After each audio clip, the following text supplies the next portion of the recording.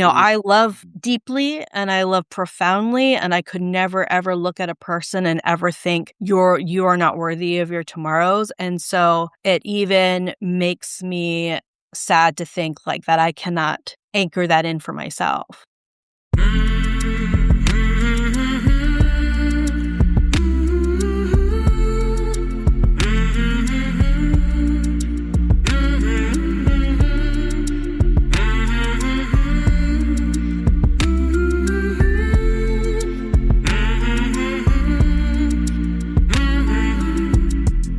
Hey there, my name is Sean, and this is Suicide Noted. On this podcast, I talk with suicide attempt survivors and ideators so that we can hear their stories. Every year around the world, millions of people try to take their own lives, and we almost never talk about it. We certainly don't talk about it enough, and when we do talk about it, when we engage with people in pain, most of us are not very good at it. So one of my goals with this podcast and some other related initiatives is to have more conversations, and hopefully better conversations with survivors, in large part to help more people in more places hopefully feel a little less shitty and a little less alone. Now, if you are an attempt survivor or ideator and you'd like to talk, please reach out. It's real simple. I'd love to talk with you, really, I would. hello@suicidenoted.com. You can learn more about this podcast at suicidenoted.com, as well as on Apple and Spotify, social media. If you have any questions or comments or concerns or curiosities, email me, reach out to me on social media. I should say there are a couple of projects that are shelved, but I'm still wanting to move forward with. One is an audio documentary / art installation.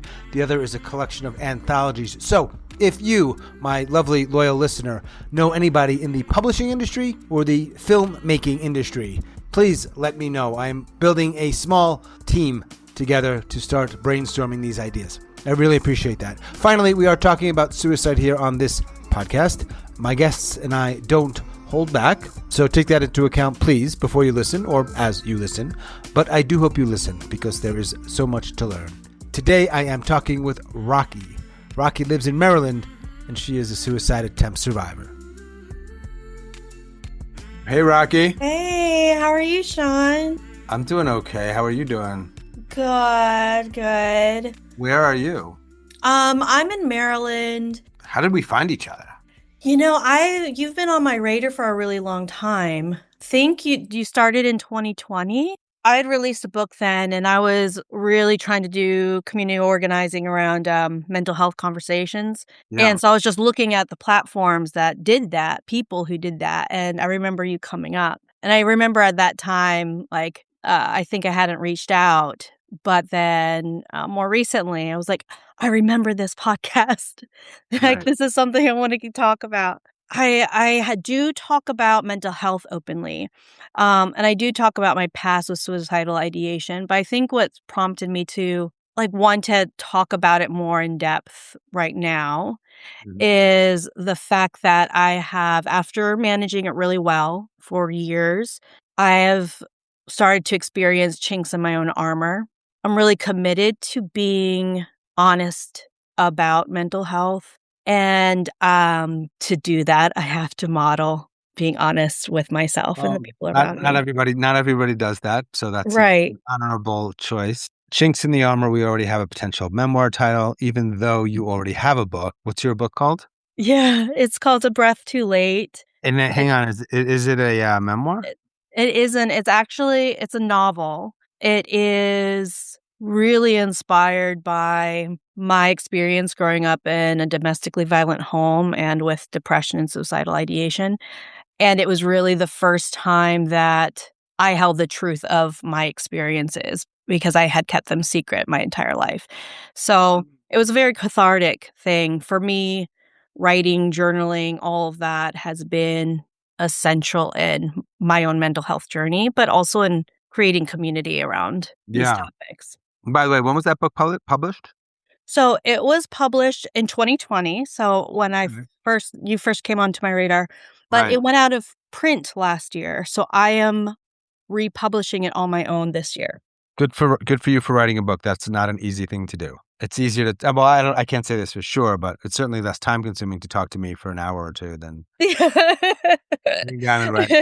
These conversations, you've heard the podcast. Yes. You've heard at least a few episodes.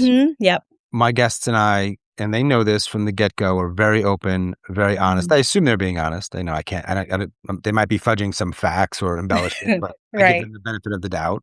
There will be people, though rarely has this come up with anyone reaching out to me. There will be people that say that kind of openness and honesty, and especially the depth in which you go, can be problematic or harmful. And I have a lot to say about that. And I don't want this conversation to be about that. I want it to be about you, but Mhm. because you do that work. Right. So I think the biggest thing, because I also write for young people, is I've been in rooms where they say, we can't talk about suicide, with this age group Right, because then it plants it in their head. And the right. thing that I always respond with is I started thinking about suicide when I was 11 years old. Nobody talked to me about that. It's not getting planted. It is opening up a conversation that otherwise a young person or any person would be navigating alone and often when spiraling. So I do believe though as a writer, I think it's different when we're in adult spaces because we have to trust Yeah. adults to express their own boundaries and also, consume at whatever they want. But as a writer and as someone who has written for young people, there are things that I do believe are my responsibility to manage. A couple of those things is context. Is I always want to talk about suicide or mental health when there's a context of hope around it. There is something worth fighting for in this, right? And the other piece is I try to shy away from the details of method. That's just something that I've chosen for in my writing, but I don't think that censorship, like I was an editor of an anthology around mental health stories. One of the stories dealt with self-harm, and I remember there was a push to try to censor that or to Mhm. make it off the page. But the thing is these are realities. So I Yeah, do think that holding things with care, right? And I also think allowing people the option up front to choose if they want to consume that, if they want to partake, if they want right. to see So it. there's choice. Let's use you as an example. Mm, Your choice to participate in this. Also, the way I see it, and I'm not saying I'm right, but this is the way I've thought about it, is as a listener, hit the pause button. right. Yeah. The podcast, just hit stop. But because this is a podcast, it's not just a conversation we're having that on its own. Right. This is something that people will hear, and I'm aware of that. But I am always pushing towards more open, Yeah. more honest, and more raw. I always think, and sometimes it's not an easy yes or no answer, is does this help a listener potentially feel less shitty or less alone? It is not. Will this lead to them not killing themselves? Those are not the exact same two things, though they Mhm. are very much related. Right. Yeah. Not a big stretch to say when people feel less shitty and less alone, they're less likely to harm themselves. Right. That's I one think part of that's a it. really good nuance. I mean, I think that's a big piece of it, right? Is to know what the real aim is. The natural general trajectory of that aim does good in other ways, right? In that powerful Oh, way. But it's not simply, we have this one particular piece. But I do think the thing about mental health conversations to me and the way you're handling it, and I think that's why I really resonated with how you built things, is because so often we sugarcoat. oh yeah, And I know I just made a post today because, like I said, after years of doing well, I'm struggling. right. And I hadn't made a post like that in a very long time. I realized it's like, but I want to model honesty. Like, I want to model, like, it's okay to dream big and be hurting. It's also okay to, like, not know what, like, not have your shit together.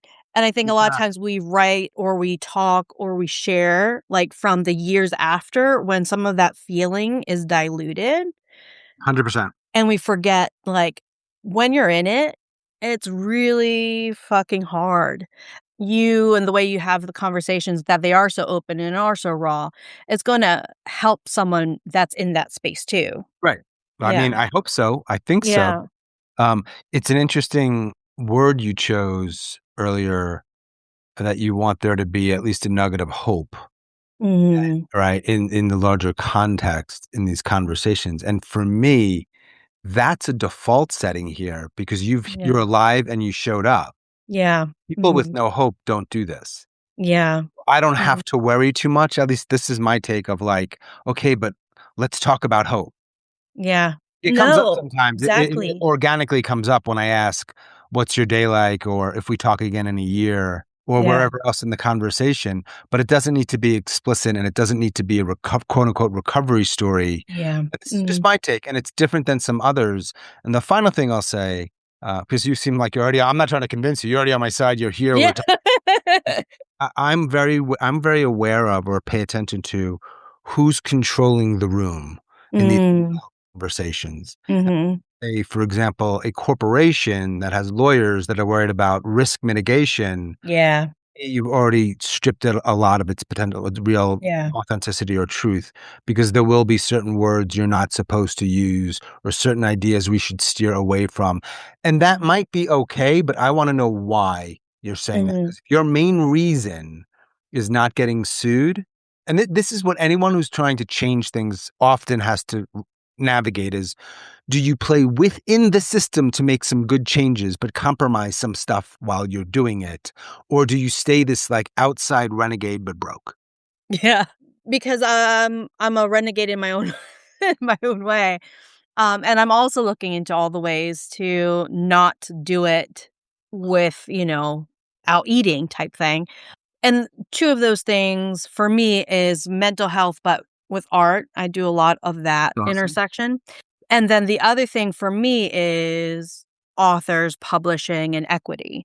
A lot of that with if you work within the system, there's only so much wiggle room you have. To In be other really words, disruptive, you 100%. need money. So, I mean, like, to truly unless you're famous, then things change. Right. Yeah. No, I understand. I'm in the position right now where I want to do 2 things in an immersive art exhibit coinciding with the book, which would be suicide oriented, right? And then the other thing is somewhat like a tour, but my big hope for the tour is looking into corporate sponsorship. And that's Yeah. another piece though, right? Because sometimes there are more red tape to navigate with that. More than sometimes, I think. Yeah. All this stuff we're talking about, it's hard, it's painful. But a lot of times, the pain is the thoughts ricocheting in your head and then eclipsing all other thoughts. But when you let them out, there's room. Sometimes. Mhm. And sometimes people do kill themselves. Yeah. And sometimes I think, and it is kind of an industry. What I think they do is they say, we want to do everything we can prevent from someone doing that. And I think, okay, I hope that includes more than just a hospital stay, because suicide Right. prevention includes having a safe home and healthy food and friends, all the Exactly. other things. However, what they do, I think, is what is happening. If you speak that way, that increases that 13-year-old girl's chance of doing it. And we can't have that happen, which might be, even if that's provable and true, I say, okay. And when you also are doing all those things so that that 13-year-old girl doesn't have access to that language because it might tempt her to do something, you're also muting a lot of other people. So I'm a utilitarian, Mhm. and I don't think in terms of zero prevention. I think in terms of how to Well, I help think those people. And so does that mean that somebody hears this conversation and I don't know, does it trigger them? It's a possibility. But also me saying something about the fact that I'm a New York Mets fan might trigger someone. I don't know what triggers you. that's a whole big conversation. I mean, that's even apart from talking about suicide and suicidal ideation. So, my background before writing was behavioral coaching. And one of the things is to heal, to grow, to move, to be able to change behaviors that often sabotage you in different ways. You have to face the thing that hurts. Right.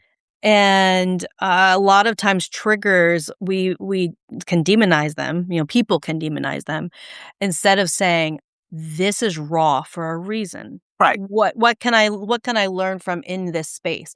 I think it's really important to protect yourself and to know yourself and to take care of yourself, absolutely. And I think it's also how you frame things and how you set up the space. Yeah. this is different than a public presentation. Yeah. This is different than me speaking with more than one person at a time. This particular dynamic probably gives me more freedom to talk than any other I can imagine. Anyway, Rocky, have you tried to end your life? I have. Okay. Nice hard segue there. Yeah, just jumping in. You have you tried to end your life on more than one occasion? Yes. Both times, those attempts were interrupted. It wasn't even interrupted by me. And I have to be really grateful for these two moments where the first time I was 12 years old, I was so lost and I was so distraught and I was so living in secrets that I just felt like this was my only way out. It wasn't something someone talked to me about. It wasn't something I saw on TV, and it's something we talk about where nobody planted an idea. no one planted that seed in my head. It was just, this was my way out. And I was going through the motions of setting it up and being ready to go. And the moment came for me to like step off a chair, and I heard my sister calling my name. You say stepping off a chair, you were trying to hang yourself. Yes. Okay. Your sister calls your name. Is she older? Younger? She's younger. Okay. She's younger. She was a toddler. Wow. So it was her little young voice. She called out my name, and it was just this moment of almost waking up to myself. Wow. Because it was for this first moment that I didn't feel lost. It felt like I had this tether to the world. It is a conversation that I will say for so many of the years after that, whenever I thought about hurting myself, harming myself, I thought of her. And I thought I could never leave her alone in this world. Felt like it would be a betrayal to her to leave her behind. I think that she became sort of like this anchor in my life. And I do think we have to find those anchors in ourselves, right? Like that's the ultimate quest. For me, I will say that was life-saving. So a couple questions, and then we'll get right back to where you left off. Speculate, and I'm imagining you've thought about this at some points during your life. You don't hear your sister's voice. What happens next? Oh, I'm gone. A lot of times it doesn't work, so you might have... Yeah, maybe. Yeah, maybe it doesn't work. I could be not in the world, like you said, or I could be in the world and then just be facing the aftermath of what an attempt is and what that does. You could be brain damaged and in a coma. Right. There's a million trajectories, right, from any single moment and any single choice. It can be overwhelming to think about all of them.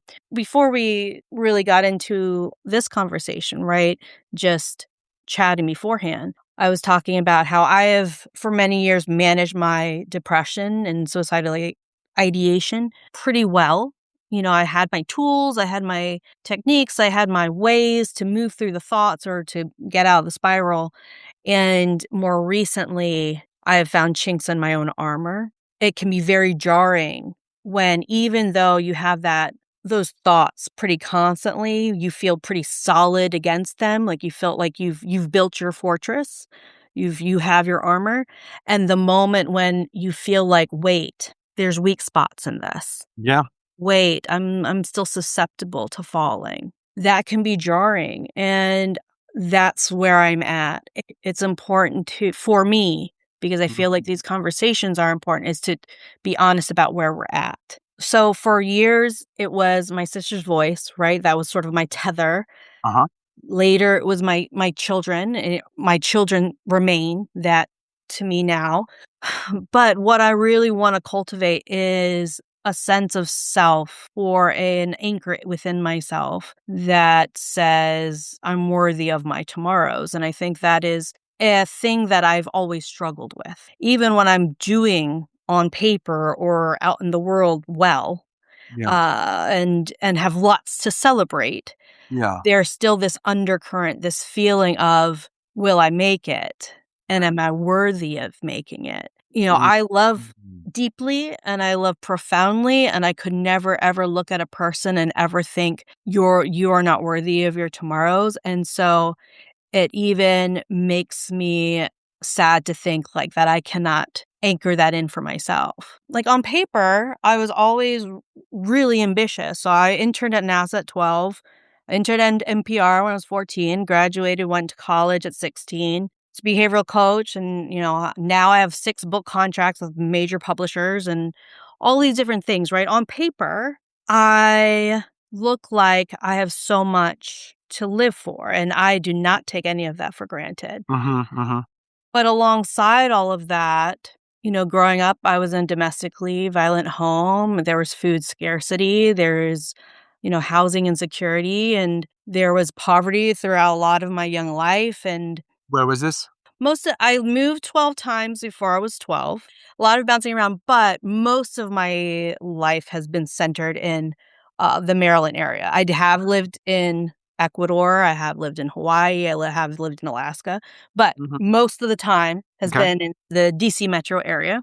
One of the things is I also had the suicidal ideation. I always had that feeling of just being constantly pulled under. And so, I would accept awards, or I would sign contracts, or I would do all these things. And no one in my life knew that was a part of my reality. That was a part of my space in my head because I kept it secret. Well, because you haven't surrounded yourself with mind readers. Exactly. I kept it secret. I did not tell anyone. And I didn't want to tell anyone because I was so used to keeping things together for other people that I didn't want to be the burden. And that's what I had in my head. If I speak about this, I am a burden. That's what it was in my head. That's how I made it feel in my head. Taking up too much room, taking up too much space, having needs was a burden. I really am in the process of unlearning all of that. My own way through, like the book that I wrote that really started or forced me, yanked me into the memories that I really had blocked out. It was my first opportunity to hold these thoughts, hold these memories, hold these realities. And then as I was getting ready to publish and market, it was my first time to share them. All right. So so this is almost 2 decades of holding on. And now because of the book, you're putting some of these ideas onto a laptop or a notepad or somewhere.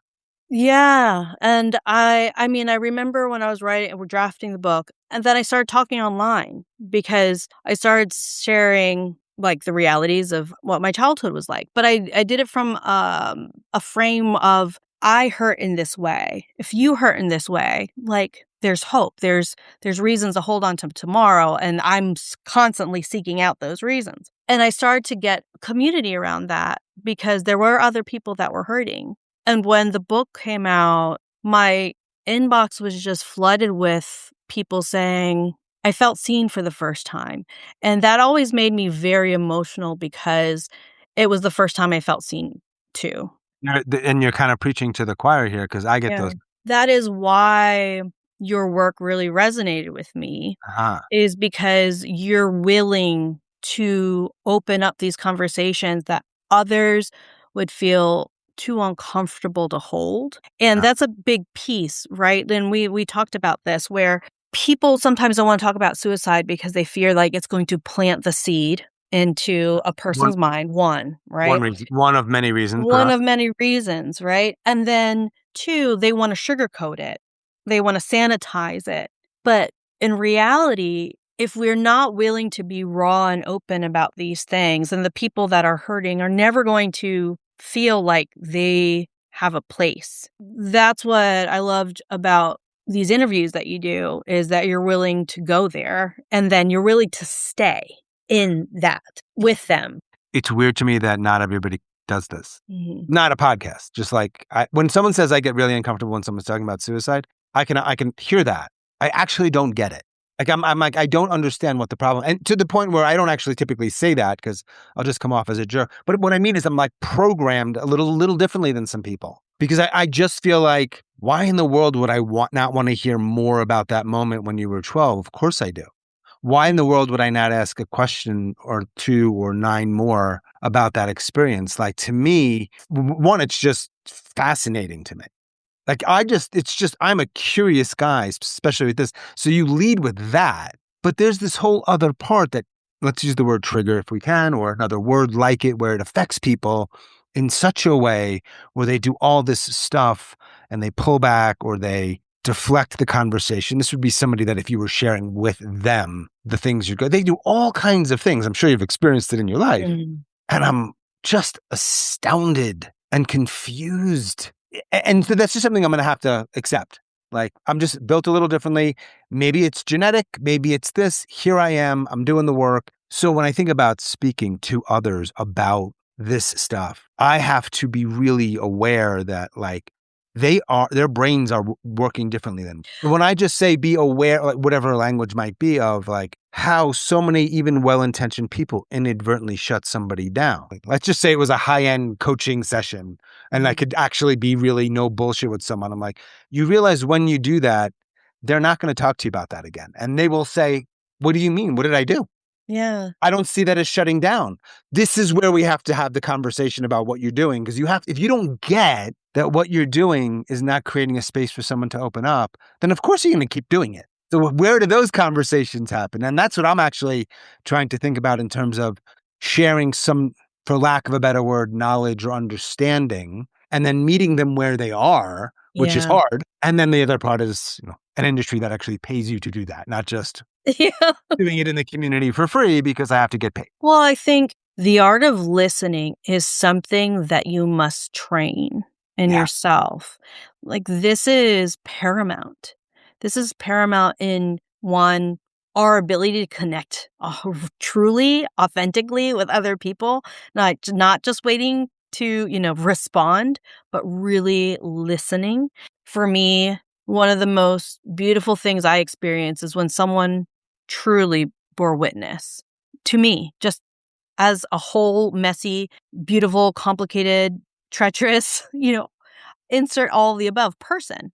And then I feel like it is an honor to witness somebody else in their mess and in their beauty and in everything that makes them them. I've witnessed it and I've definitely experienced it where people want to micromanage what you share, or they want to put you in a palatable box and say, like, this is presentable. And this doesn't apply to everyone, I've learned. And it's surprising is, for me, it is so clear and obvious and often immediate that when I'm talking to somebody about my stuff, that they are doing what I need them to do for me. Like you call it bearing witness. We can call it whatever we want, holding space or whatever we want. It is a palpable, massive difference compared to when people don't do it. For the people out there who aren't sure if they're doing that for others, just reverse it. If it's ever, and I hope it has been offered to you in your life, if not, it makes sense. You have no model. Maybe you're not feeling it as intensely as I am, but it is so clear and so refreshing. And one last thought, and then I want to hear more about you. I'll probably edit a lot of myself out of this one because I'm talking a lot. I know. No, I'm loving it though. Bearing witness often is not meaning pure silence. No. And listening does not mean just not talking. Yeah. Now, you can put any other cute adjective you want in front of it to make it a thing. Core active listening, radical listening. You put whatever word you want in front of it. The reality is, it typically, and not always, sometimes someone has a 10-minute crying vent session and you just need to shut the fuck up. Fine. Mm-hmm. More times than not, it's actually a conversation. And where people get into trouble is when they open their mouths and they do the things that you started talking about and I referenced as well. Mm-hmm. And they don't get why that is a problem. Mm-hmm. And I understand the work I'm doing here in some ways is different than you talking to your best friend at a coffee shop. There are some differences, but there's also some overlap. Absolutely. Yeah. And so, okay, what do you do now? What are you doing when that person's talking? Like, what's in your head? Like you said something like, are you just waiting for your turn to respond? So how engaged are you when you're just waiting for your turn to respond? You're missing probably what they're saying. Then when you open your mouth, what are you saying? Because for me, I always think of a few things. I'm always like, tell me more, or what do you mean? I'm always the clarification guy because we're usually not even having one conversation. Because you use the word depression. I assume I know what you mean by that. It may not be what you mean by that. Mm-hmm.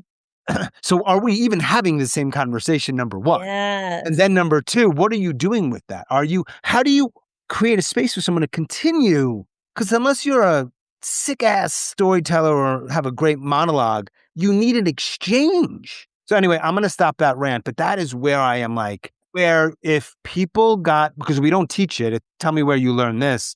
Mhm. You want to talk about prevention? Here, this came up in the last conversation I had. I can't guarantee this. You want to reduce the suicide attempt rate. Let's say even attempt rate 10%. Teach people to have these conversations.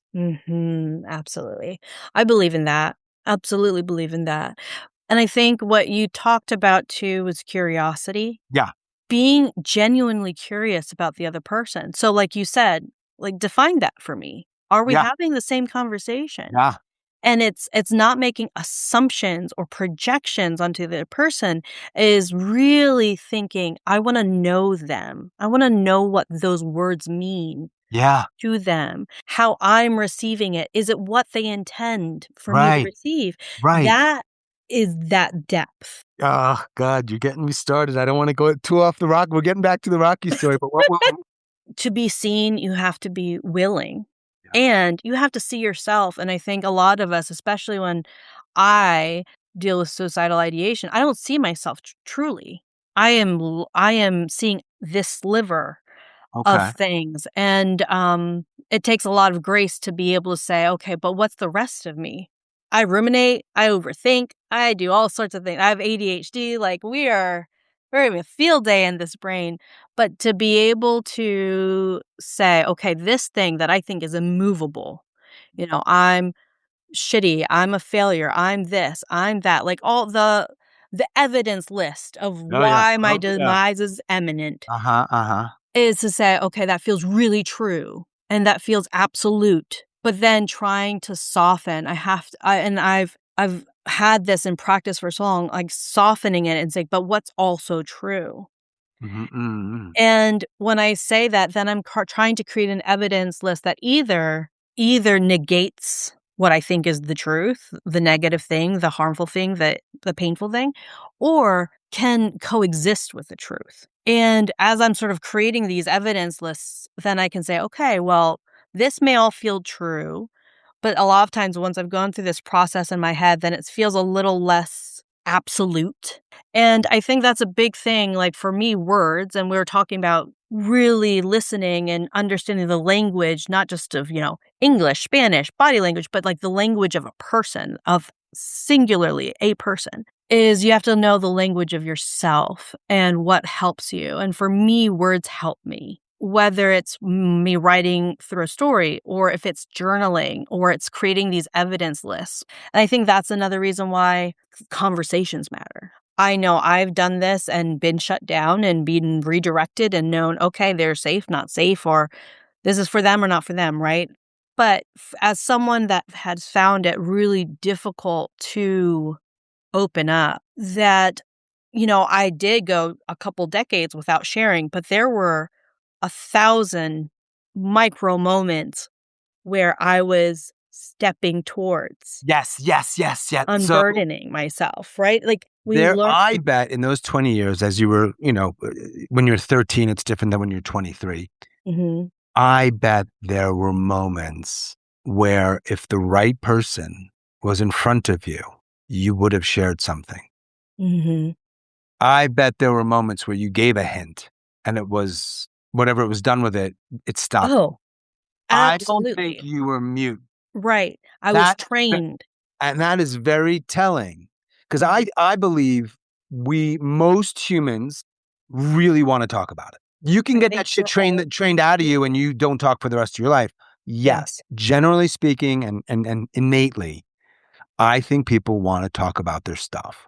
So it's an interesting, weird, almost paradox that we're so bad at like not letting people do that. Even though often the very person who's not letting you do that also wants to do that. Mhm. Right. How is it that we don't learn this? So I think math is very important. And I think learning how to think is very important. And learning about American history or whatever history, Mexican history is important. Those things are important. It's fascinating to me. Unless you're maybe going to like some fancy private school or a Quaker school, you're not learning this. Right. Why not? Oh, I think this is fundamental, right? I think this is we can go into education system, we can go through so many things about what actually transform our lives from the inside out. This is one of those things. Not just for ourselves, but for our relationships and for communities. And like if people within communities truly, honestly listen to each other and had empathy and compassion and grace for each other, society would transform. When I think about suicide, when I think about mental health, I also think about identity, right? So you talked about like if you've experienced trauma, that's going to impact Yeah. how your mental health manifests, how your suicidal ideation sort of comes into play. But so like I am the daughter of Ecuadorian immigrant, so Latino culture. And then we had domestic violence in my home. We had all these different elements at play, right? So silence was safe. And different communities, like I've had conversations about like young people that grew up in rural America, Right. people in ministry families, all these different pieces. But like as a Latina, mental health was just the silly thing in your head you had to get over. For me, it was like it didn't have room to expand or to share because it would be completely diminished. It would be completely tossed aside as irrelevant because Yeah. get your shit done. And then how you don't need to hear that many times before you get the message. Right, exactly. Like especially when you're if you start to develop these things and what was it? There's so many statistics around young people and mental health and suicide, right? It's second leading cause of death with young people. They are getting that training in their development, Yeah. So it's coinciding with their brain yeah, development. yeah, yeah, yeah. And so what impact does that have moving forward? And the thing is that these conversations, these moments, these micro moments happen every day. And 100%. and we are shutting people down. And then we're asking why they don't Right. open up. And then we do a lot of weird things, try to wonder why well, like, okay, so just let's like well then just call 988 and then to do this and then action plans and it's like, oh man, this has been building for 20 years and you just didn't give a shit or you didn't whatever. Mhm. Yeah, there's stuff that happens, boom, and there's a crisis, and this is rarely what we would call impulsive. The Right. actual decision to kill yourself, I'm not an expert on this, but might feel impulsive. But for most people, it's not everything's fine, and you wake up and you want to kill yourself. It might happen if they're dead. A We'll never lot of they don't talk yeah, to them. This is stuff that builds. a lot of these things are it builds, exactly. It's moments that have gathered and Yeah, piled up. and they And change I you. They change you. they change you and, everybody is different. A lot of, people I've had conversations with other people that have suicidal thoughts. But for me, one of those you sort of get those core thoughts and then everything sort of bleeds out from that or, has its spider webs out from that. For me, I have like a couple of core thoughts that are the biggest like chink in the armor or the biggest destabilizer. As I go through my day or my life, like those thoughts gather evidence as is this real or not real? What are the thoughts? So for me, the thoughts are the main one is you're not enough. And it's very much like you're not enough, you'll never be enough. The seventh book, eighth book, ninth book, It's not it. irrelevant It's because you'll never be enough. irrelevant. Exactly. And the thing is like what I have to do is I have to compete with that thought, right? Because that's Okay. the core thought. That's the like the stabilizing thought. That's the thought like, all right, Rocky, we're going down. And it can feel like it's gathered, a sack of rocks to drag me to to the bottom of the sea based off of like what people say. And then if you're in unstable relationships, like I've been, and if you're around people that feed into that, then you're just getting ammunition. You're just like filling that sack of rocks that's going to drag you down faster. Oh, like if my thing is I'm a piece of shit, I could tell you all day long how I'm a piece of shit.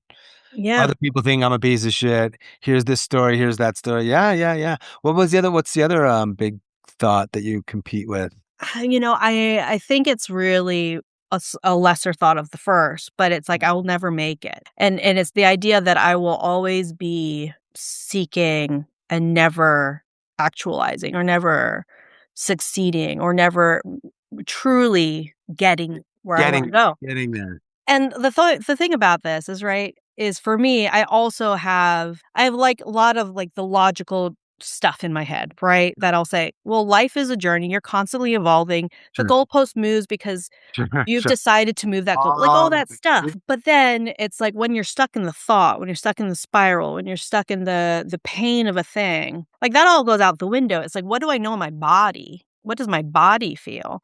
It's that transference of I need to learn some of these things so it's not data in my head. It is there to lean on when I'm falling. I have had periods in my life where I did feel stable enough, like, oh, I'm falling, but I caught myself. But I've had more experiences in the last couple of years where I'm like, oh shit, I'm falling and I'm still falling. And it's scary when the things that you usually lean on aren't there to grab you, catch you, sustain you.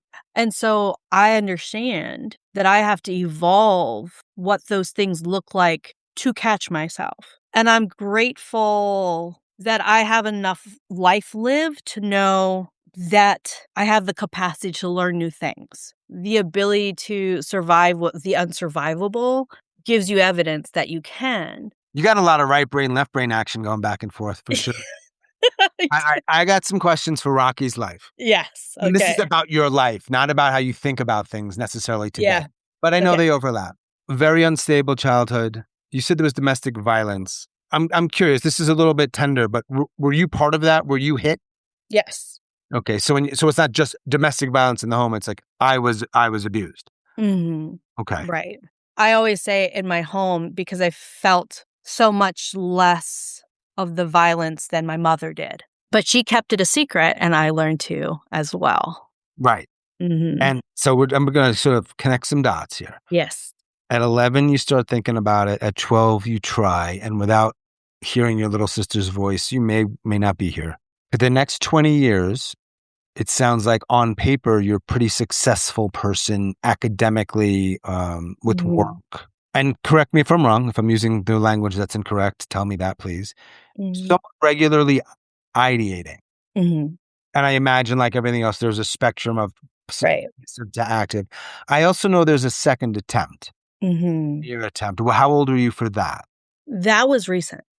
Okay, so before we go there, at some point before this recent attempt and after the silence stops, you start speaking about it. Yes. And that's actually speaking and writing and creating some community. And that would have been, if my math is correct, about 10 years ago. Yep, exactly. So that, from how you've framed it, was mostly a positive set of experiences. Yeah, so I think that the last 10 years, I still had to deal with the suicidal ideation, still had to deal with a lot of like hard, like life stuff, right? Yeah. But I felt like I had tools. So even when there was the dip or when there was a spiral or when there was, whatever I was facing, I felt equipped, I would say, to handle those things. When you say tools, what do you mean? I create my truth list and my evidence list. So whenever I'm like neck deep in the thought or the feeling and everything is like on one side of the ledger type thing, I go in and I start to write in, okay, but what's also true about Rocky? Okay. And so that's a piece. Another piece is writing letters like from my future self to the me today, because one of the things that I constantly reflect on is if 12-year-old Rocky wasn't here, then she would never have met her kids. She would never have traveled the world. She would never have written books. She would never have had this experience or that experience. And so like every time I had thought about not wanting tomorrow, like maybe it wasn't the next day, but in the tomorrows that came after, something good happened. But then when, say, you're in a moment where your entire sense of self is obliterated, then it's not like you're doing sort of surgery to sort of suture up things, right? It's like, okay, I have to find all the pieces of me and try to figure out, can they even fit back together? And that's when you start to feel like, I need more. I need more support in this. Yeah, that's when I start to drink more. I'm serious. Like, yeah. and that's a coping. That's how people cope.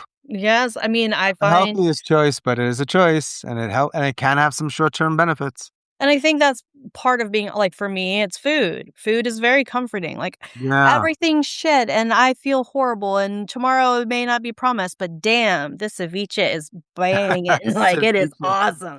So as you're getting through your 30s, you've got your armor, you've got your tools, you're married with 2 children, Mhm. and you're doing a variety of things. Right. A lot of them Mhm. sound really cool.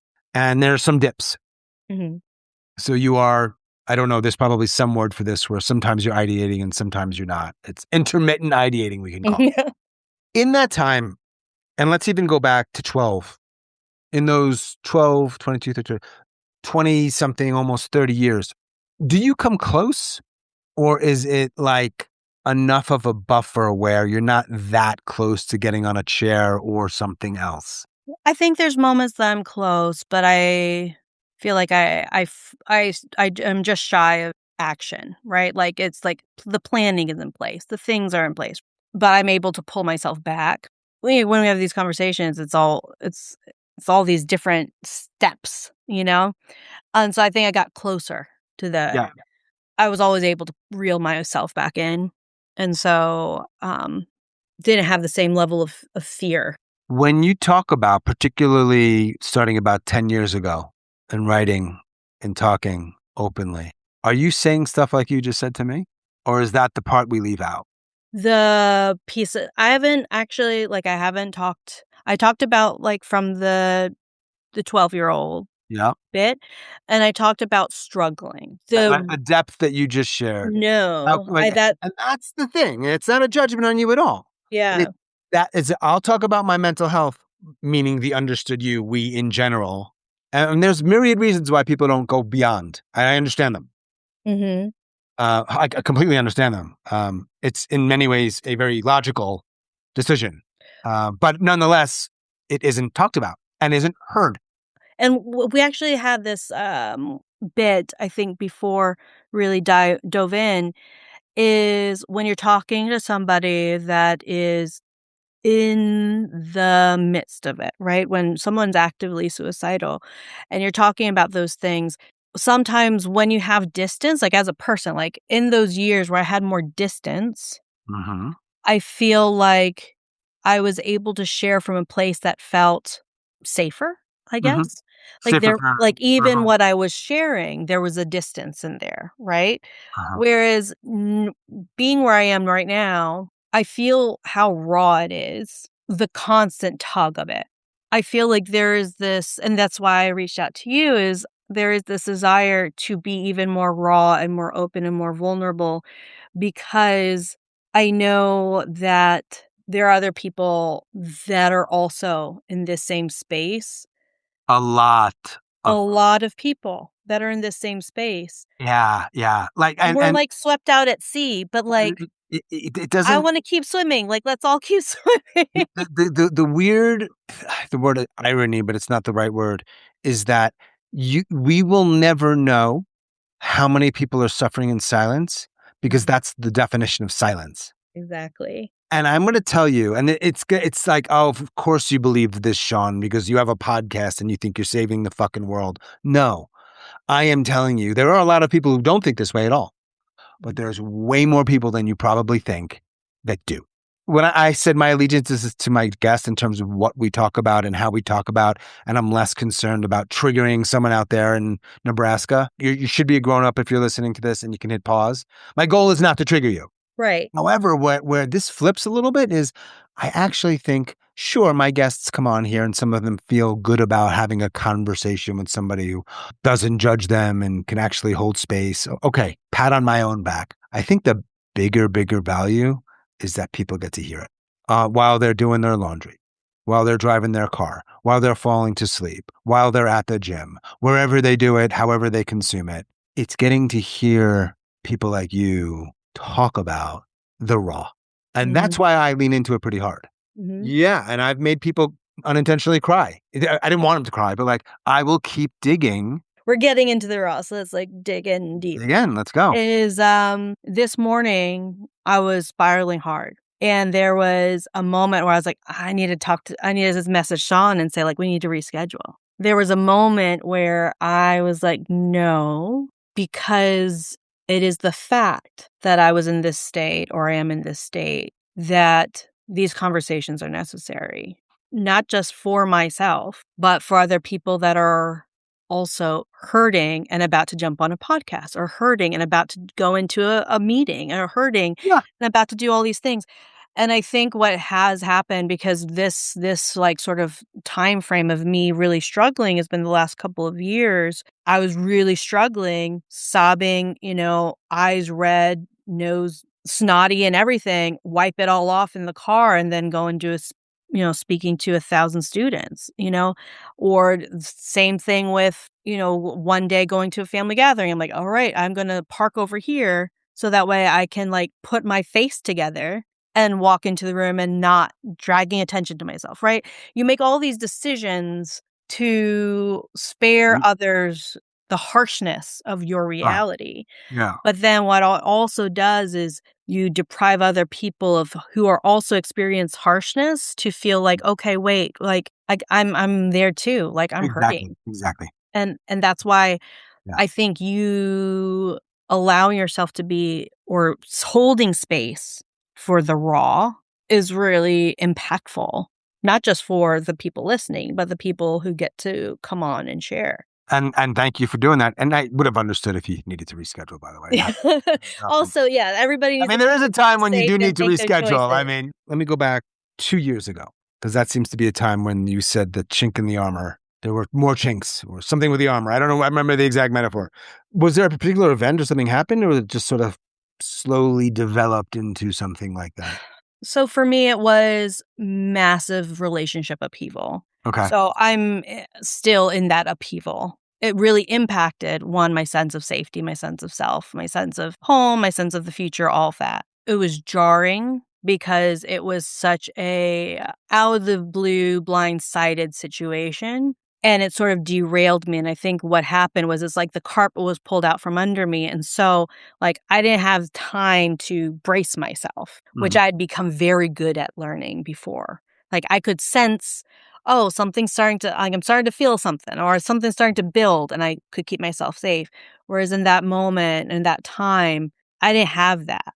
I wasn't able to like keep myself safe from the harshness of it all. Yeah, I'd like discovered a lot of things that really impacted me and what I thought I wanted and what I also didn't want. And it also just really impacted my sense of self because I think I entangled my sense of self so fiercely in a relationship and in my role as wife, mother, and all these different things, right? And I think that when I was talking earlier about we have to find anchors in ourselves and not just other people. And, everybody has this, but I will say for me, as a woman with my background, the gender roles of like Latino culture, all these different pieces, right? You become very enmeshed in things. When that gets pulled away or when you have to redefine what your role is or redefine what you want your role to be, or even redefine like what that all looks like, your sense of self is pretty derailed and you have to reconstruct it.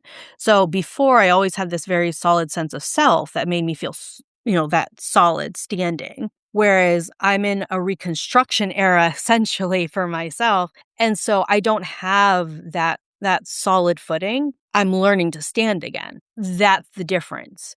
But the thing is, luckily, is even while I'm having these horrible thoughts or am in this really negative space or painful space, I would say, I see like I'm wobbling, but I am learning to stand. And I do not take that for granted because I know a lot of people really, really struggle to, even get to a kneeling position, when we're in this state. Like a lot of people try to end their lives. Mm-hmm. That's not, Exactly.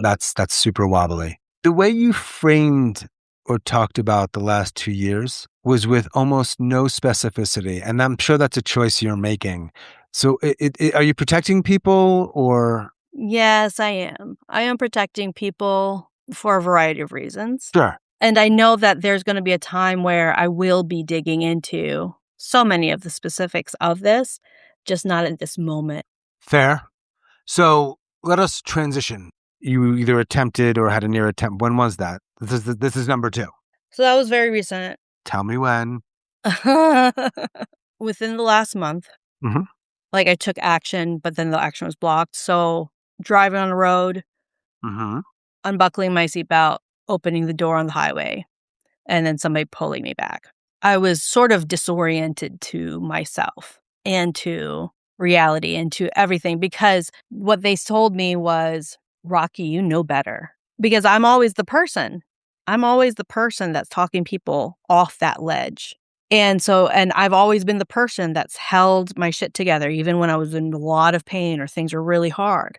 Mhm. And so I think it was also alarming to them to see crossing that line because that was like an immovable line to cross.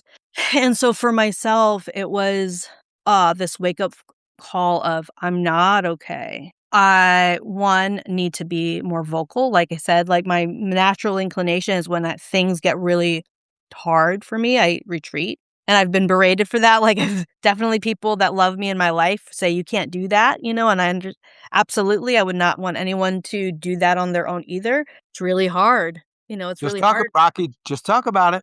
Yeah, Talk about it. exactly. Just talk about it. It's like, oh, well, my entire sense of self is imploding. And I don't know what to do about that. It's like articulating some of these things that are painful can sometimes be embarrassing. I am learning and I am feeling the moments I feel steadiest are the moments that I'm feeling honest. And I think that is like why I'm here on this podcast right now.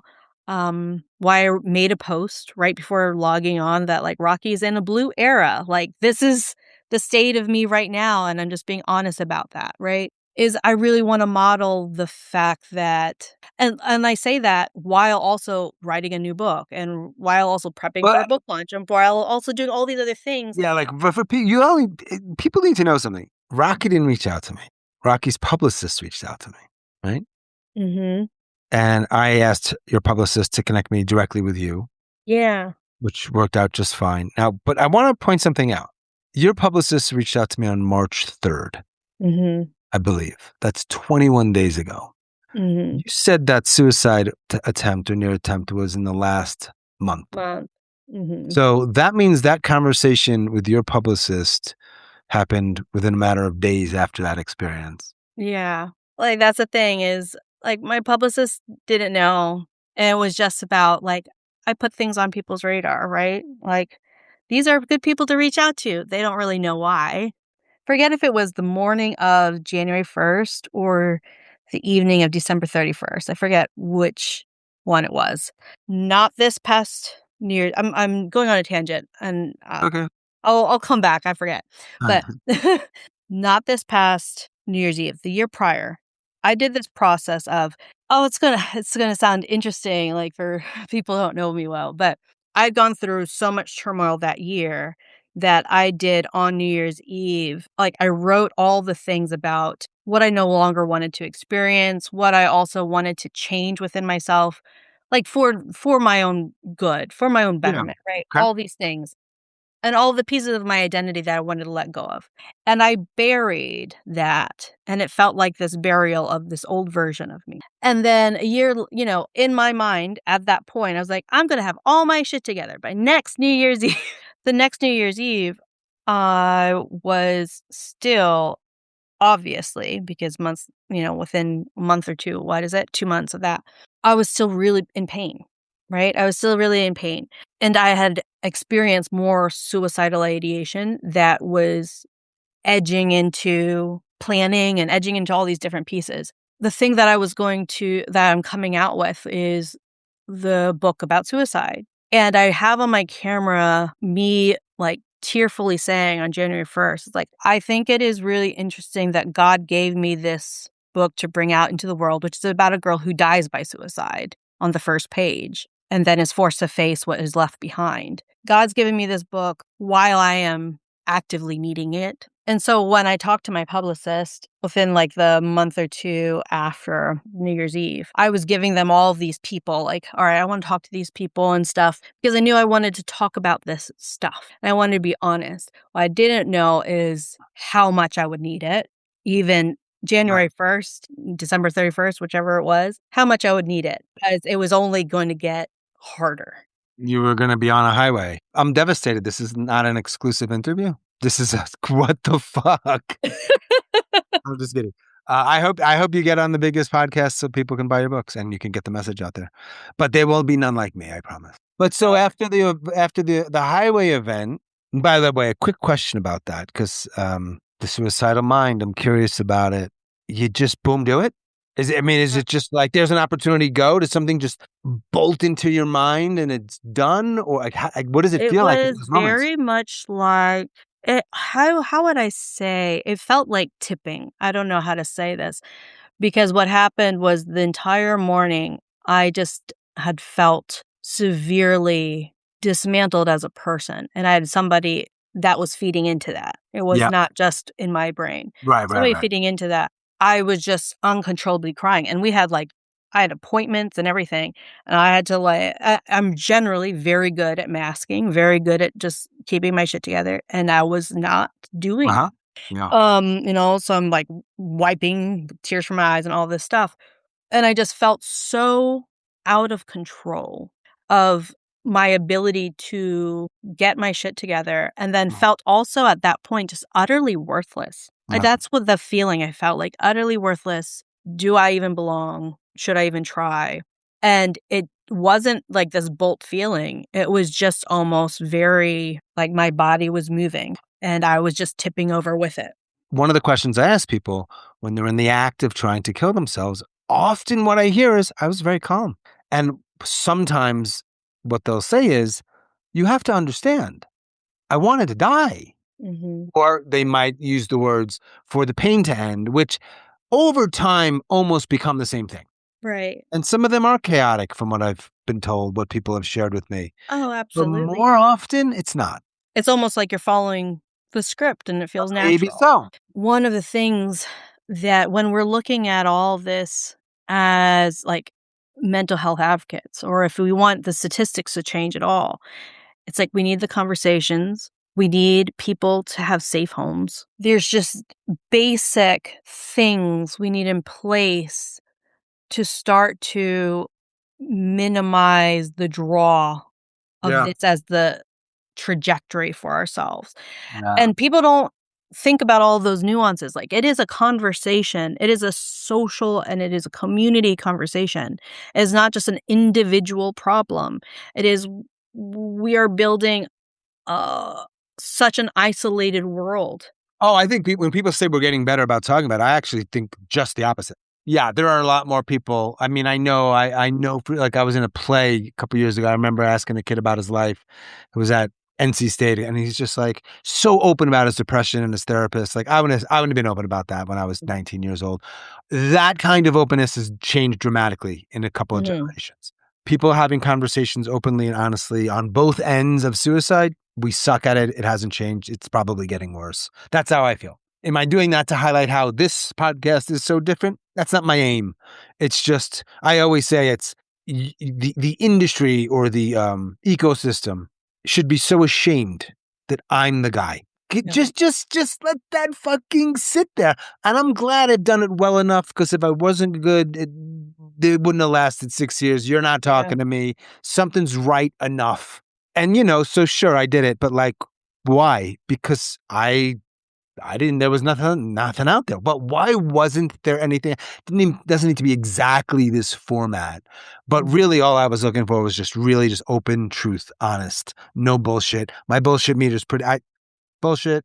Couldn't hear it, couldn't find it. But why not?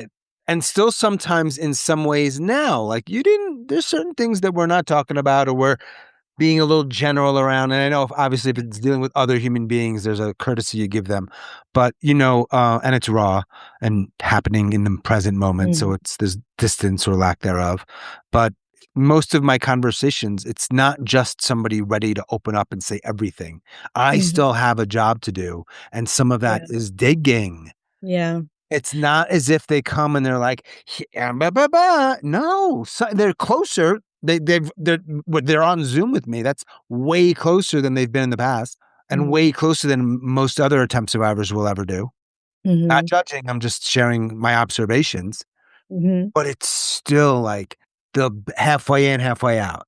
I'll talk a little bit about it, but not all of it. And it's like, okay, well, I'm going to ask you to do more if you want to, and then we can always pull back Right. Yeah. because there's people out there that actually want that depth. Right. If you're in a position where you can do it, that might be a yes, that might be a no. There's modeling what does it look like to be curious, and what does it look like to hold space, and what does it look like to hold space for hard things. That's what you're doing. That's what we're doing right here. And I feel like I can do that for other people really well. Mhm, When people in my life, like, I'm willing to sit in that mhm. discomfort, but sometimes we fuck it up for ourselves, right? Like, sometimes, and I will say some of the things I'm best at for other people, I really struggle with for myself. And I am endeavoring to be better at that. Yeah, you could we could clone you, man. You could just be there for yourself. And now it doesn't work that way, so it's all up in your head and it's all that mess. Everyone's mess, not your mess, you know? Yeah, but I think it shows the importance of having a lot of people that can do that, because a lot of people need it. When we can start to be a little more blunt with things, it's almost like squeezing out the shame that's, like, hidden in those spaces, right? And I think, like, shame exists where silence exists, and the more we're open about things and endeavor to be open about things, then we shine the light on spaces, and especially when we're in a place like this, where it's like it all fits, it all belongs, it's all okay, like, I'm receiving it all, versus I think what happens in a lot of other places is you might share things, and like you mentioned, it's like, "Okay, well, what are the consequences of the Yeah. sharing?" Yeah, You know? that's why I never think about just talk about it. My aim Mhm. is never the person who's struggling. My aim is always at the people around them.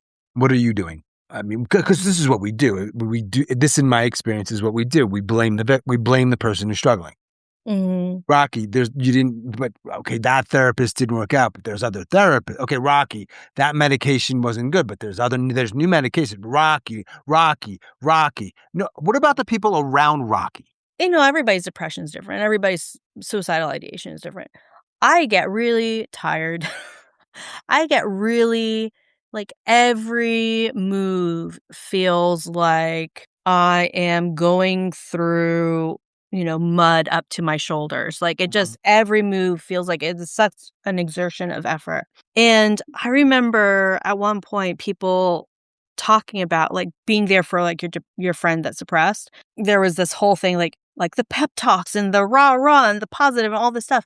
And it was like, "Hey, do you need help with the laundry?" Like, "Hey, Yeah. blanket," like, all Yeah, this yeah. stuff is just being cared for. Have been really bad at following back up with, like, friends, touching base when I know something big is happening, and, like, I have it in my mind, but then the follow through has been really difficult. That's, like, something that I would have easily done, It takes literally seconds out of the day, right? But when every movement feels like such a drain, but then what happens? Then you feel guilty about it. Feed into is like, well, of course, I'm a shitty friend now. Like, of course, I'm a blankety blank now. All of that. It feeds into it. And what I'm trying to do is model a little bit of grace for myself. Like, yeah, my capacity, like my 100% usually looks like this. Mhm. Right now, my 100% does not look like that. Spoon stuff. You know? No, It's like it's my capacity is limited, no, and I can't judge myself for that limited capacity right. in this moment. I've always been a like I'll force myself through, I'll white knuckle it, but I think it's because it's been sort of a long time of white knuckling it that now I'm like, damn, like I cannot white knuckle this forever. I need to find my bits of relief, and sometimes those bits of relief, like you mentioned drinking, I mentioned food. Like, Right. sometimes you have these temporary reliefs just for the moment, Yeah. and they're sort of like your little bridges to maybe a better moment, or, Yeah. a little more clarity or a little more support or whatever, but sometimes you need that. While I have some really bright moments and while I am working hard on a lot of things right now, I'm also like the everything else. is like, what is the bare minimum I can do Yeah. to get to tomorrow and get to today, and what are my things that are the most valuable and most important to me, and that's all I can make room for, and even sometimes those things slide. I got a bunch of questions for you, and I want you, these are short answers. 'Kay. You have 6 books. So, 6 book contracts, but only 3 have been published. What 3 are in development with What are the publishers. names of the 3 published books? A Breath Too Late, Absolutely Normal, 16 short stories that smash mental health stereotypes, Hmm. and Crashing Into You. Are any of the memoirs? No, they're not. Are you going to write a memoir? That is something that I've recently considered. Do you have a title? I don't. Feel What is free to I throw mean, some my way. no, I mean, as an author, I feel a little bit extra pressure here to. And you have an agent and a publicist. Like, you're already so in the game. You're not in. It'll come to me, and I'll let you know. But don't go cliche, please. No, you like hit me up with ideas. I am all for it. Is your publisher or however that works going to change it to make it more marketable? What, the a memoir or Title. the title? Oh yeah, well, Titles matter, man. titles really matter. You've seen I've gone to war for like book covers and all this stuff. Sometimes publishers are really awesome and they work with you, and sometimes, luckily, I haven't been railroaded, but I've had friends who have been. They've been lovely, but it is its own, you have your own battles with all of that. So So, you spend a lot of time writing. yes, I do. That's clear. I do. How many people in the world know that we are having this conversation right now? This conversation, That we're my talking. publicist, and Your I think publicist. there's a few people that know I'm on a podcast interview right now, Mhm. but they don't know the content of. Right. There. Yeah. That's the point of the question. So your Yeah. publicist does, but almost kind of by default. Yeah. But this is the thing that is that I really wanted to share, and that for me this is like the vulnerable, like I'm going to have the vulnerability hangover afterwards, is I Well, want to share with my readers that I'm having this. This will be the most raw they have seen me. and I'll get new listeners. Yeah. Maybe. Absolutely. Maybe the. No, especially for Maybe like, I who is write this? I don't like sad this. books. Okay. I write sad books, and, like I said, the first one, the one that I feel I get the most, response on is my one on suicide, so I think there's gonna be a lot of people, readers that I have, that are going to really resonate with these conversations that you have with your guests. Maybe. I hope. A total tangent. I write sad books is actually not a bad memoir title. Just getting a little, Oh. just getting a little meta here with you, Rocky. Yeah. As a writer, for either of your attempts, and I think I know the answer here, did you write a note? No. Nah, that's what I thought. No, there was a time when I was really considering it, Mm-hmm. and I remember writing a letter to my daughter.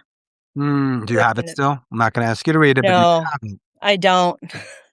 Okay. Yeah. Been a tough letter to write. Mhm.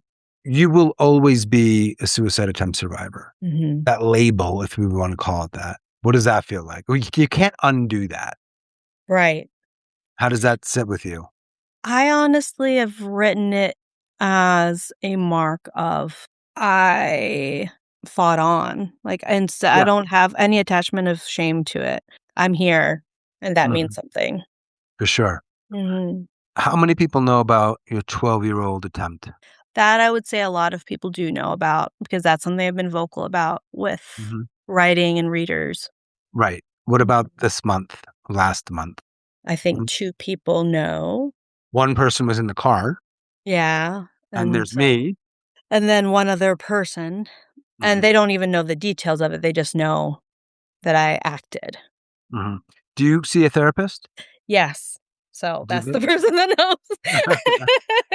Some people don't talk to their therapists about this stuff. Yeah. Have Mhm. you been in therapy throughout all of your adult life? No. No, I started therapy, just over a year ago. Okay. Has it Mhm. been helpful? It has been. And I think it's because it's like a person that holds space. Let's Yeah. hope at a minimum a therapist knows how to hold space, but Yeah. we know many of them do not. Have you ever Yeah. spent any time overnight or perhaps even part of a day in a psych unit or a mental health facility? No. I hope you don't have to ever do that. How many people in your life do you have to talk to if you are spiraling? And you can use the word suicide or Mhm. planning or dying, and that person can sit with you and insert any words that we've talked about, like holding space or Mm. being there or whatever you want, that kind of vibe where during or after the conversation, at a minimum, you don't feel worse and ideally maybe even a little better. Uh, How Yes. many people in your life do you have, whether you pay them or not? Yes. The number that immediately came to mind was 5, Mm. but I will say I think there's some more people. I just haven't I haven't crossed the bridge of Hmm. letting them see all of that yet. But I am grateful that I do feel like I have 5 people that I could be like, "I need you." I don't know your names, but shout out to the 5 people. Good job. Yeah. Do you have a diagnosis that you agree with? Yes, with depression and with ADHD. Ah, okay. Medication? I do take medication for my ADHD.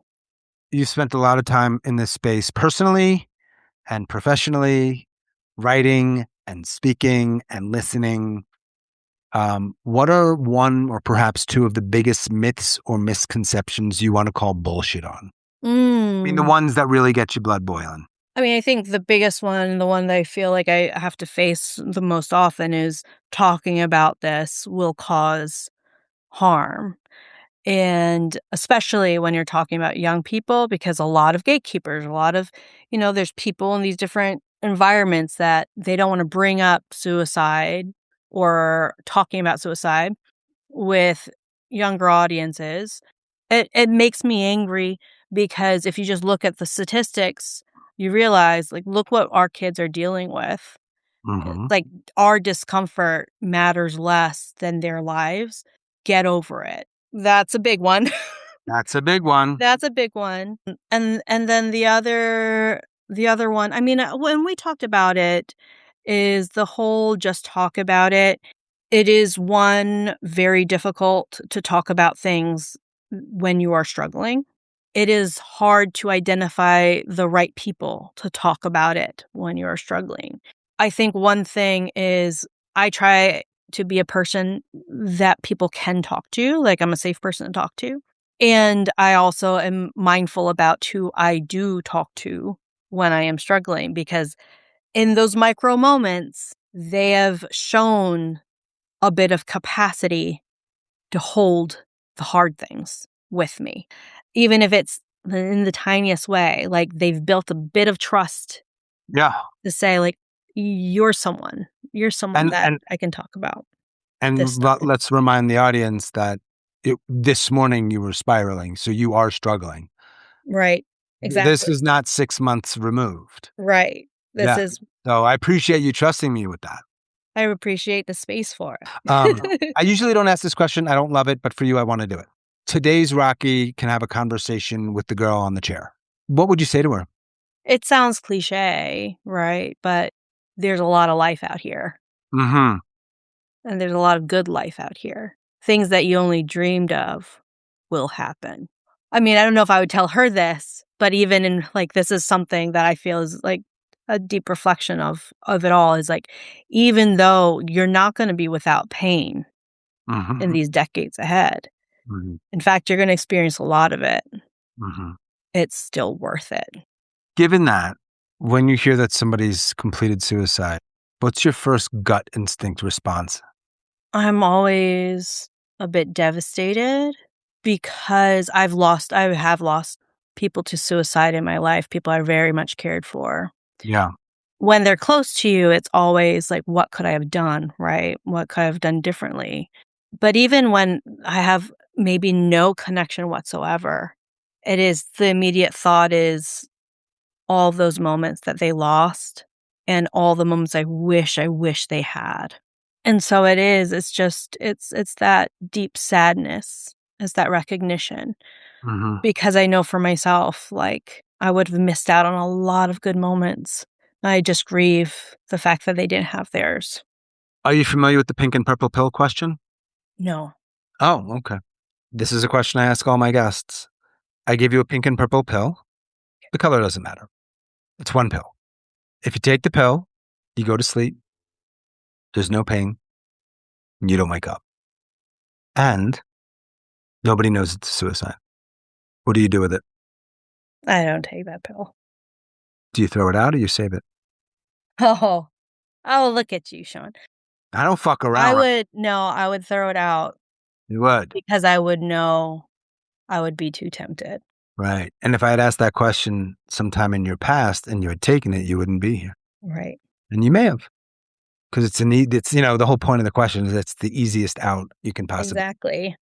It's a bit of a morbid question, but there's a reason why I ask. I'm really just trying to gauge if someone wants to be alive or not. Because those are the reasons why some people don't do it. It's not going to work. It's going to be too painful. The shame on me or my family or other things. Yeah. No, it's real. It's a real thing to be able to take out all those other factors. Right. Take out all those factors. Do you want to keep going or not? Do you think when this comes out, you'll listen to it? I struggle to listen to anything that I do. Me too. I really struggle to hear my voice or to see my face doing things. But I think that I would want to listen to it to reflect on what was captured in this conversation, but also because I do feel like it's gonna have a lot of value for sharing and to be Yes. able to hear what's there and to be able to say, "This is what we talked about." Because honestly, once we close out, I'll probably sort of go blank and just remember bits and pieces of the conversation. Well, this may not apply to you, but it's interesting is that some guests have said, what this podcast allowed me to do is to share it with this person. Now, when I can't have a conversation with them about it, but Yeah. they can listen to the podcast. Yeah. I can hear how I feel about this or that, or my life or them. And that's an interesting space that I had never even thought about when I started, that's an option for people. And no, that's exactly it, because what I feel like is because like I said, we're on the heels of me having a really difficult time, difficult day, difficult month, whatever. I won't always be in this place. Right. That's my hope, right? But for someone else that might be, this has value. You know, this is important to capture. And so I do feel like it will be something that I can share. And it will be something also like I have moments in my life, right? And I'm like, oh, that horrible day. But then there was that good thing that happened. So like today, like this is a good thing that happened. Good. And I also think that it's like, and beyond that day, what life happened, right? And so it's like these mile markers that on March 24th, there were good things that happened since then. Indeed. And I don't think I'm going to have any conversation that will approach this one in terms of the rawness of it and how deep I was able to go and how much you were able to bring out of me. But I think a lot of podcast interviews, like it feels very scripted. Yeah, it's an interview. It feels very interview-esque, right? And those have value and those are wonderful and I'm not knocking them, right? It's just not common that people talk in that way about this subject. And that's been the goal of mine from the get-go is we can talk about this. Yeah. And we don't have to, and I don't have to treat you like a child. Mm-hmm. And I don't have to candy coat things. Yeah. It's self-selected because if I did that and you didn't like it, you wouldn't have reached out. So Right. I already have a group of people that are mostly on board and get my style. There's probably been a lot of people that heard me and said, that's not my style. I'm not going to reach out to that guy. Mm-hmm. No one's ever said that. 1000%. No one's ever actually written me and said that, but I'm sure it happens and I never know. You know what I mean? There's a lot of people that listen to podcasts and I'm sure they've heard that and they're like, nah, this isn't for me. This guy's too whatever. I've got my style and it's going to, I'm a New Yorker and I joke around sometimes or I ask a slightly inappropriate question or whatever it is. But, when you have your podcast, you do it your own way. Yeah. That's the point. Like, I think there could be, say, 100 podcasts about suicide, specifically suicide, right? I don't know about those, but there could be if they did exist. There are not. Yeah. Right? But the thing is that each person's energy is going to run the dynamics of those conversations so Yeah. differently. This is what I think about books, right? Mhm. We could have 100 books that are written about suicide, Sure. but every dynamic, everything that a person brings to the story is going to be different and may resonate with a different reader. And that's why we need all of those stories. Yeah. I thank you for talking with me today. It's No, been thank you. This was amazing. I uh, appreciate you so much. likewise. In a year from now, or perhaps later, we can do an update episode. Yeah, that would be amazing. And we can see how many more books you've published and all the other stuff in your Maybe life. I'll have sold. I write sad books. Actually, Oh, there's man. something there. I'm I'm telling you, good with man. that now. I just like the memoir title game. I don't know what it is. Well, I might hit you up too. Like if I'm starting to get really in depth with it, I might be like, I need some title options. I'm Hey, down for it. You're a fellow wordsmith. awesome. What's the rest of your day like? Getting my kiddos and going to try to be just present to them for the rest of the day. So it's pretty over here. Gonna go outside. Rocky as mom for the rest of the day. Exactly. All right. I hope that goes well. I thank you Thank again, you. Rocky. No, thank you so much, Sean. Take care. You too. Take Bye. care. Bye. As always, thanks so much for listening and all of your support. Special thanks to Rocky in Maryland. Thanks so much, Rocky. If you are a suicide attempt survivor or ideator and you'd like to talk, please reach out. hello@suicidenoted.com. I'd love to talk with you. And that is all for this week's episode. Stay strong. Do the best you can. I'll talk to you soon.